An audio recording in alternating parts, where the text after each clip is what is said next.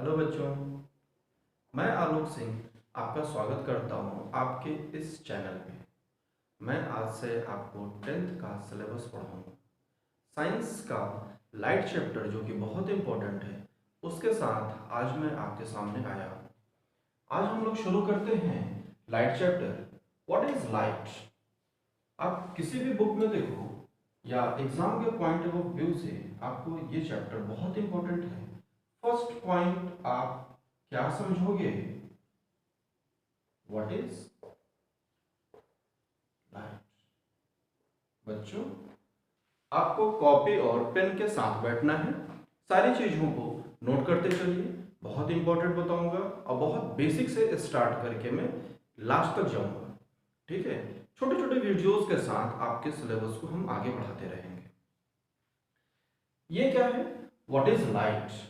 हमें लाइट हर जगह दिखती है। इसका एक आंसर हम क्या देंगे? Light is a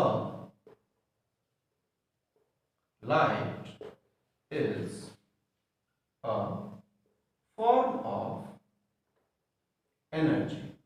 Light is a form of energy.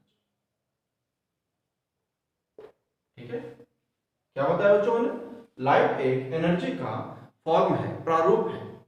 ठीक है, इसी का सेकंड पॉइंट हम क्या समझेंगे? लाइट स्ट्रेट पाथ पे ट्रेवल करती है। लाइट लाइट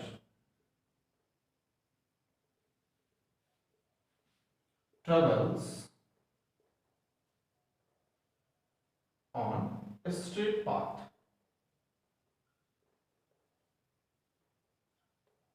Straight path या स्ट्रेट लाइन भी कह सकते हैं। Light travels on straight path. ठीक है, किसी भी वस्तु को देखने के लिए लाइट की जरूरत होती है। हम थर्ड पॉइंट क्या देख सकते हैं? Light enables us to see any object। ठीक है बच्चों, लाइट के माध्यम से हम किसी भी वस्तु को देख पाते हैं। अब एक बात बताओ, हमारे कमरे में लाइट लगी हुई है, बल्ब, इनफैक्ट बल्ब लगा हुआ, अगर हम उसे स्विच ऑफ कर दें और कमरे में अंधेरा है तो इनफैक्ट हमें बल्ब भी नहीं दिख पाता है। तो लाइट के माध्यम से हम ऐसे ऑब्जेक्ट को भी देख पाते हैं जो खुद लाइट इमिट करती है, जैसे सन। अगर सूरज की लाइट खत्म हो जाए तो वो दिखनी बंद हो जाएगी। ठीक है, इस कैटेगरी में हम उसको भी डालेंगे, चाहे वो ल्यूमिनस हो या नॉन ल्यूमिनस हो। ल्यूमिनस नॉन ल्यूमिनस को हम लोग आगे देखेंगे। ठीक है, लाइट की जो स्पीड होती है बहुत हाई होती है। स्पीड ऑफ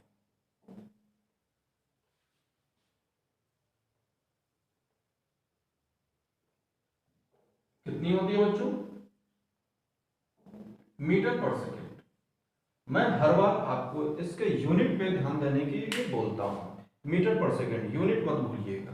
3 इंटू 10 की पावर 8 मीटर पर सेकेंड इसकी यूनिट होती है। ये कुछ छोटे छोटे पॉइंट्स हैं जो लाइट के बारे में हमें इंट्रोड्यूस कराता है। ठीक है, आगे हम देखेंगे जो भी ऑब्जेक्ट होती है, जैसे हमने यहाँ पे ऑब्जेक्ट के बाद हमने वर्ड यूज किया था ल्यूमिनस नॉन ल्यूमिनस।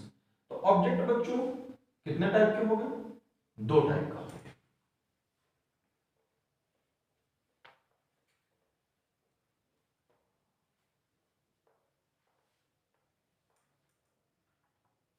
पहला क्या होता है? Luminous object. Luminous object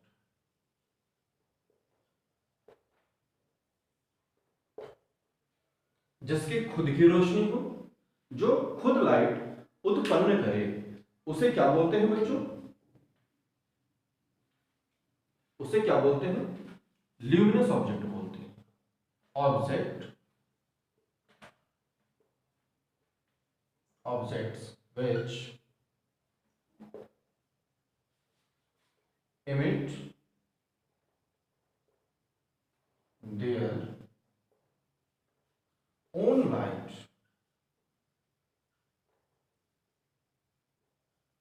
Objects which emit their own light is called luminous object. Example क्या है इसका? हमारे सूरज देव, सन, बल्ब, टॉर्च एक्सेट्रा। बहुत ढेर सारी चीजें हो सकती है। मतलब क्या? जिसकी खुद की रोशनी हो, जिसे देखने के लिए हमें किसी और की रोशनी की आवश्यकता ना हो, उसे हम क्या बोलेंगे? Luminous object. सेकंड क्या है? Non luminous object.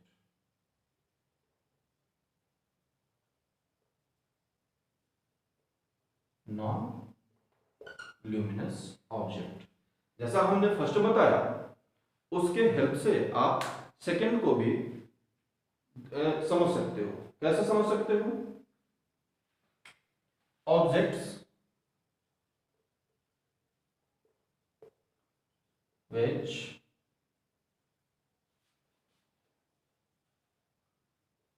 do not emit their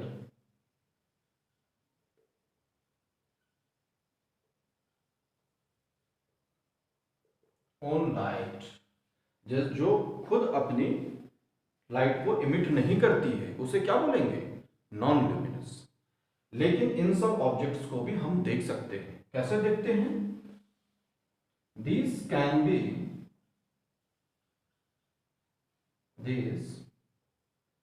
be seen by reflection or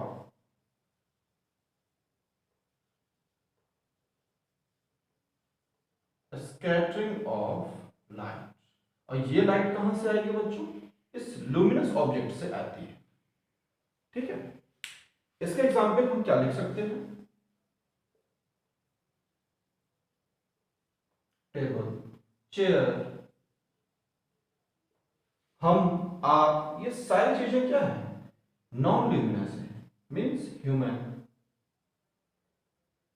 बहुत ढेर सारे, ये सबको हम लोग क्या बोलेंगे? Luminous object.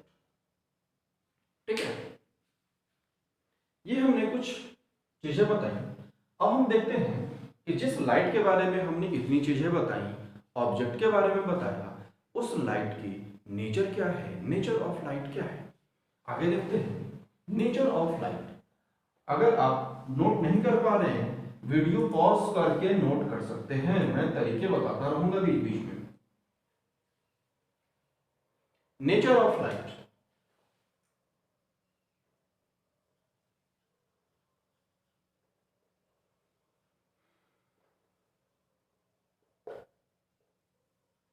जिस लाइट के बारे में हम लोग इतना समझ रहे हैं, उसका नेचर क्या है? नेचर को समझने के लिए दो तरह के थ्योरीज दी गई। साइंटिस्ट्स ने दो तरह की थ्योरीज दी। पहला क्या था? वेव थ्योरी, दूसरा पार्टिकल थ्योरी। दो तरह की थ्योरीज दी गई। फर्स्ट हम समझेंगे wave theory.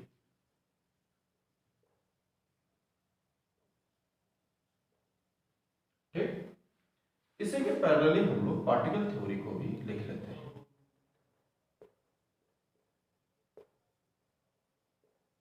Particle theory, wave theory और particle theory.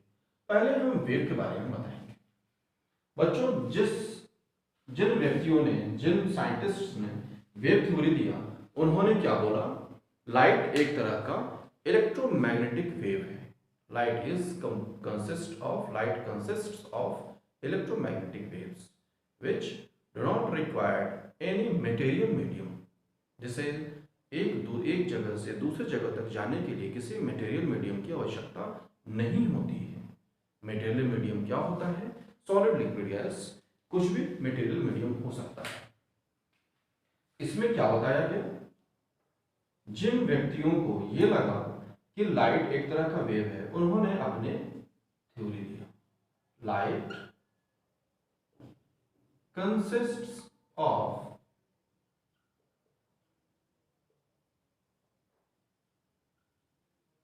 Electromagnetic wave,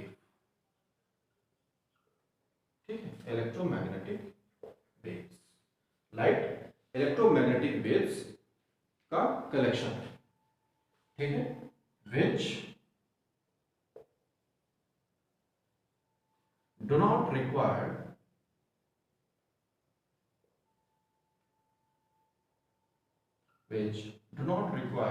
any material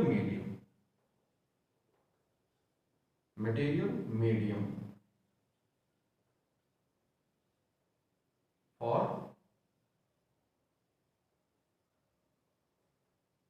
its propagation.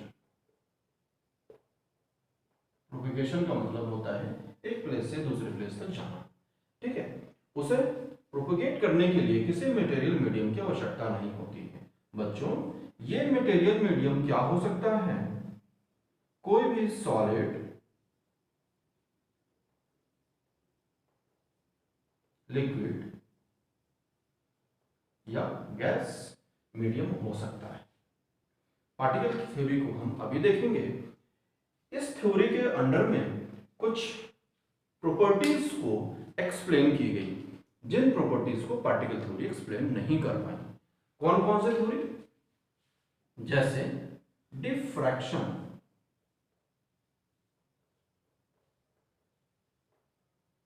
Interference,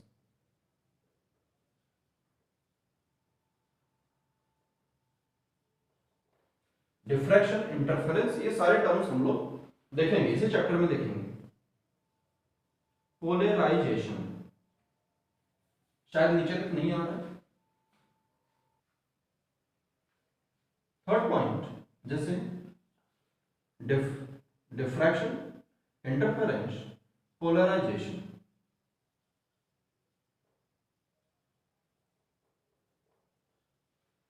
इन सब प्रॉपर्टीज को वेव थ्योरी में स्टडी की गई। इसको पार्टिकल थ्योरी एक्सप्लेन नहीं कर सकती, ठीक है। हम देखेंगे पार्टिकल थ्योरी में क्या क्या बताया गया। बच्चों, पार्टिकल थ्योरी में क्या बताया गया? Light is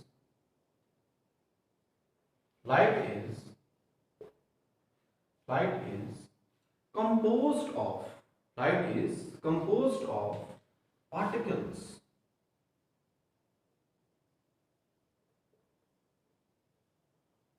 light is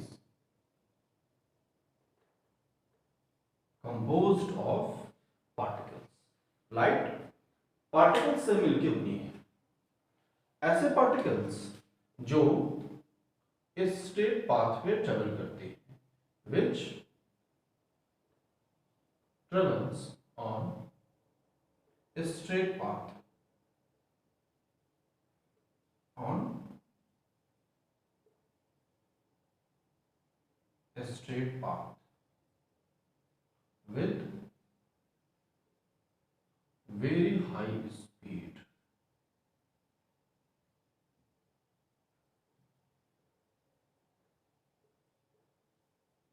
with very high speed। इसकी स्पीड कितनी है बच्चों? मीटर पर सेकेंड, ठीक है। जिन साइंटिस्ट ने ये बोला कि लाइट कुछ पार्टिकल से बनी हुई है, उसको हमने पार्टिकल थ्योरी बोला। पार्टिकल थ्योरी के अंदर में साइंटिस्ट ने ये बोला कि लाइट पार्टिकल से मिलकर बनी हुई है और वो बहुत हाई स्पीड से एक स्ट्रेट पाथ पे चलती है। उस स्पीड की वैल्यू 3 × 10⁸ मीटर पर सेकेंड है। इस पार्टिकल को, दिस एलिमेंट्री पार्टिकल,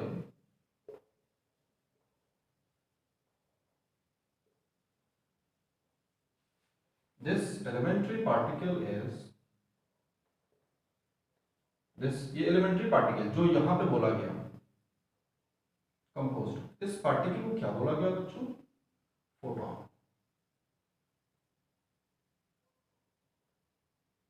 ठीक है। फोटॉन पार्टिकल्स कहा गया, ठीक।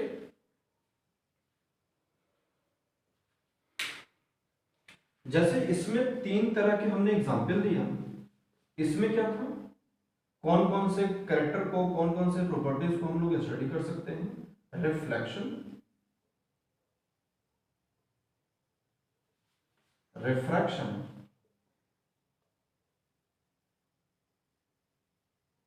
रिफ्रैक्शन एंड कास्टिंग ऑफ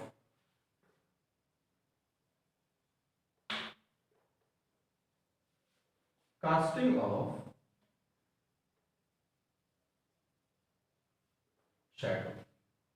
ठीक है, किसी ऑब्जेक्ट की जो हमारी शैडो बनती है ना, परछाई, उसे क्या बोला जाता है, कास्टिंग ऑफ शैडो। अगर इन सारे प्रॉपर्टीज को, हम इन सारे गुणों को, फिनोमेना को स्टडी करना था तो हमें पार्टिकल थ्योरी की मदद लेनी पड़ेगी। अगर हम लाइट को पार्टिकल मान के चलेंगे तो इसके स्टडी कर पाएंगे, आइंदा नहीं कर पाएंगे। समझ रहे हैं ना इस बात को? इतनी चीजें आप नोट कर लें। कुछ और बता दूं, देखो, लाइट के दो नेचर को बताया गया, लाइट के दो नेचर को बताया गया।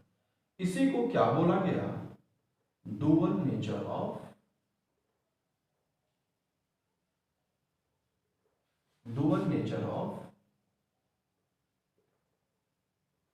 लाइट। ठीक है, इन्हीं दोनों नेचर को क्या बोला गया, डुअल नेचर ऑफ लाइट। मतलब क्या, पार्टिकल और वेव दोनों की तरह बिहेव करेगा। इन दोनों को अगर हम कंबाइन कर दें तो हम लोग क्या बोलते हैं, क्वांटम थ्योरी। इसी को क्या बोला जाता है, इसी को कहा जाता है क्वांटम थ्योरी ऑफ लाइट। ठीक है, ये दो पॉइंट भी आप याद रख सकते हैं, quantum theory of light.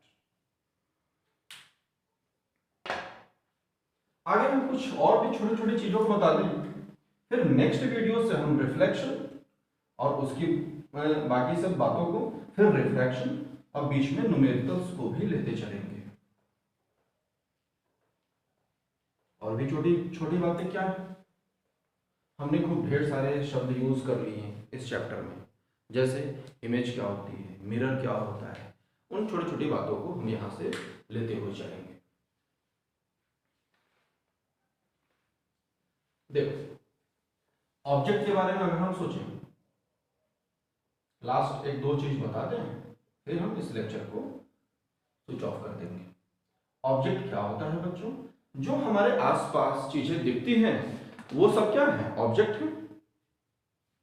Anything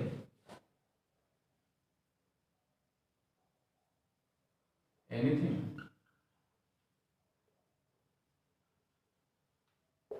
which emit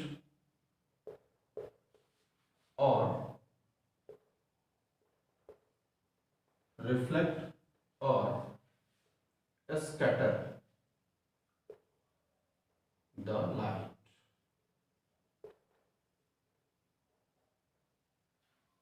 object के बारे में हम क्या बोल सकते हैं, ऐसी कोई भी वस्तु जो लाइट को इमिट कर सकती है, स्कैटर कर सकती है या रिफ्लेक्ट कर सकती है, उसे हम क्या बोलेंगे, ऑब्जेक्ट कहेंगे। ठीक है, हालांकि आपसे डेफिनेशन कोई नहीं पूछेगा, लेकिन आपको जानना चाहिए। एक चीज और बता दूं, मिरर के दो साइड्स होते हैं।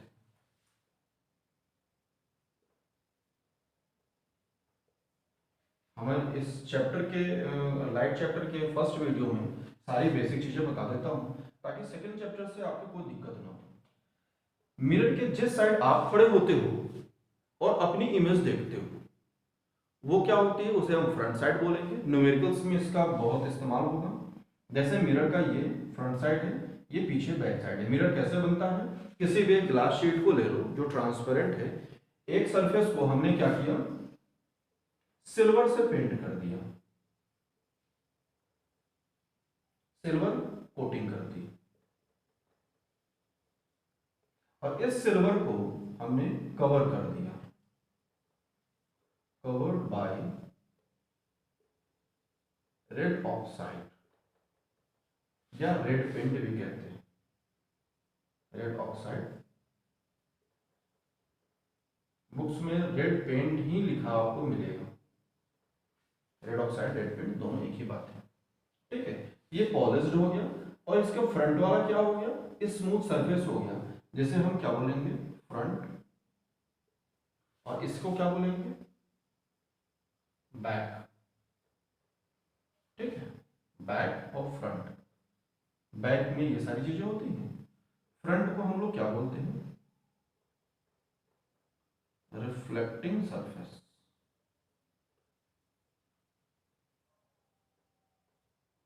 ये मिरर के बारे में इतनी चीजें हमने बता दी, ठीक है।